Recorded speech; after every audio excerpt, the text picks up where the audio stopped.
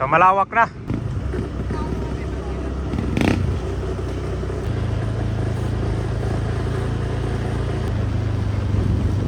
Lumitaw na itong Mala Isla dito sa Navotas City. After ilang taon itong tinambak, ito na siya ngayon. Mas malawak na. Ongoing yung rehabilitation ng Navotas Fishport Complex kung saan kasama dito sa pag-upgrade at pag-expand nito. So kasama dito yung pag-elevate ng mga unloading station, pag-repair ng mga kalsada, ito mga drainage system. So malaking tulong pala itong pag-upgrade ng Navotas Fishport Complex dahil more than 60% pala ng fish supply ng Metro Manila ay dadaan dito sa complex. So itong Navotas Fishport Complex ay na-construct pa to noong 1970s. So napakatagal na pala nito kaya saktong-sakto yung pag-upgrade nito. At napapansin nyo ito kabayan, may lumitaw na kalsada dyan, no? Tinambakan na.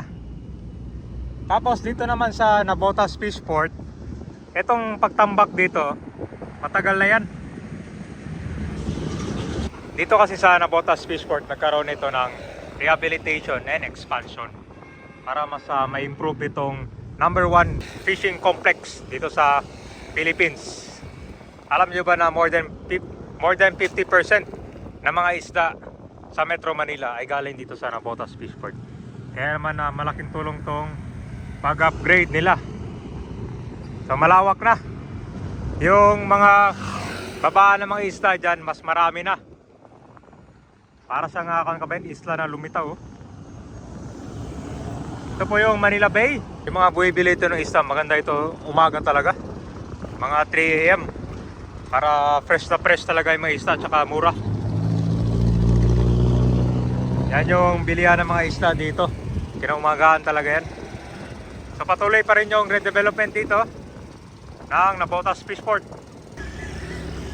Mga datong gilid ng Navotas, oh. Merong open space, oh. Na-develop kasi. Para siyang park. Mga dato ngayon sa panahon ng tag-init. Sabing init yan, parang summer, oh. Ito entrance sa kabilang doon, no?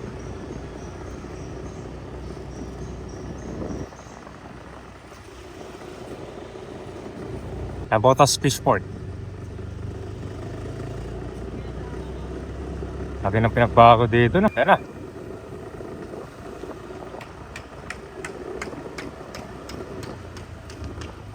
Pero may mga ilang barong-barong pa pala dito, no?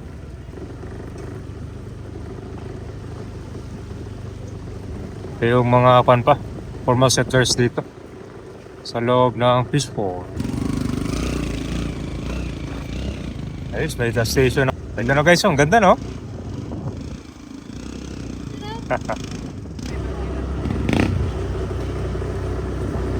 Ayun, dagdagan na ito, bago to dito, inayos na. Ito na yung bagong baba ng isda dito, na-upgrade na siya, oh. Mas malawak. At kapansin dito, meron siyang second floor. Oh, 'di ba? Ang ganda na. Dito maraming mamimili ng isda, mga alas 3 andito na yung mga tao para kung talaga fresh.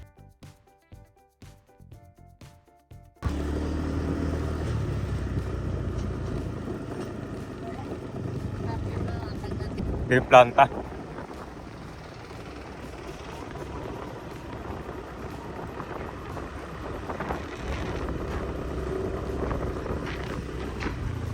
So umaga talaga madami dito eh. Pero tinanghali na yun dating natin dito. Ano po? Nahuli dito. Dito yung mga talabay. Pero update na rin natin itong tinambakan ito yun, no? Dito sa area, yung bago. Mas malawak na siya. Tapos yung babaan ng mga isda, doon parte, oh. Malaki na, di ba?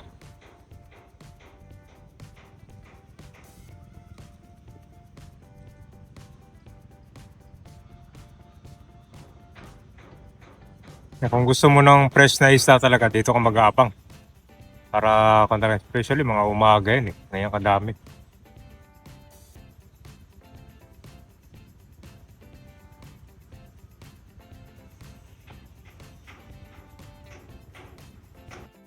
Isa rin ito sa mga babaan. Karamihan dito mga talaba, tahong.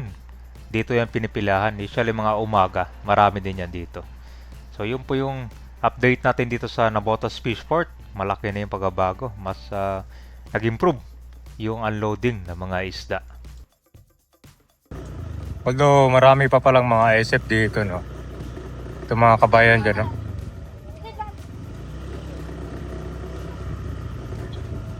Marami pa yan, hanggang sa likod yan, eh.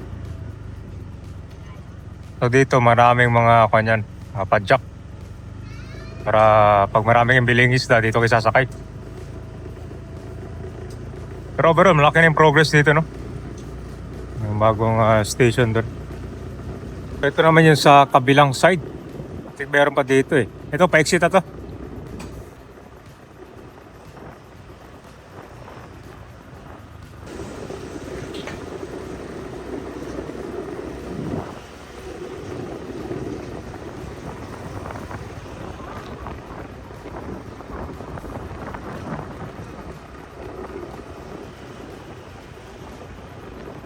Dito natin yung unang baba ng isda, oh. Dito naman mukhang ginagawa pa. Ayun, oh, ginagawa pa nga, oh.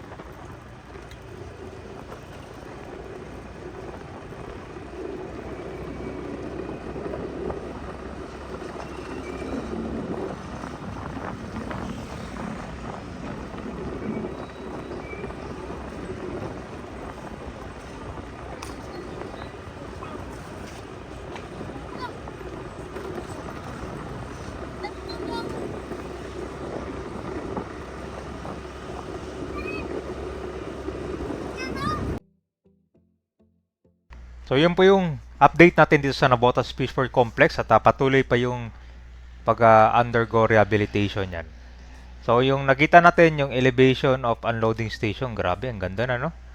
Mas maraming mga isda ang dito, makita at mabili agad. Kasi alam naman natin, more than 70% pala na fish supply sa Metro Manila dadaan dito sa may complex. So bukod doon, makikita nyo tong Mala Isla sa bandang kanan. Yan na yung bagong lumitaw, no? Ewan ko lang kung ano pa yung gagawin dito, pero so far, dating ko lang to, dagat area lang. Siguro kasama sa expansion or ano. So ito po yung unloading ng mga isda dito yung binababao. Mas maganda na siya kasi second floor na rin. And then meron yatang balita na gagawa ng office dito eh. Siguro ito na ba yun? Pero abangan natin. Kasi kung ba patuloy pa yung ginagawa dyan.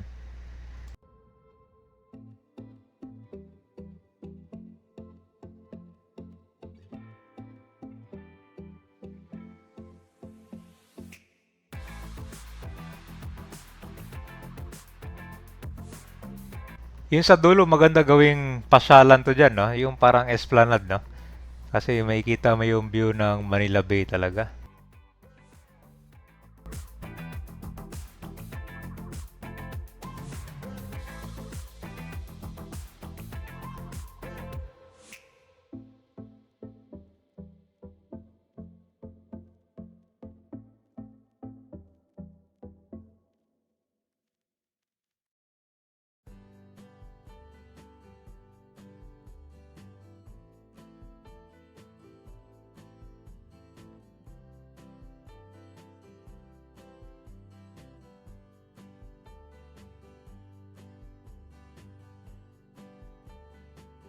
Bukod doon sa ginawang rehabilitation, nagsimula na rin tambakan itong harap ng Navotas Centennial Park. Pero para siyang kalsada or bypass road. Pero dito kasi merong plan na gagawang Navotas Coastal Development. Hindi lang basta expressway or kalsada papunta sa New Manila International Airport, kundi magkaroon din dito ng mga pabahay,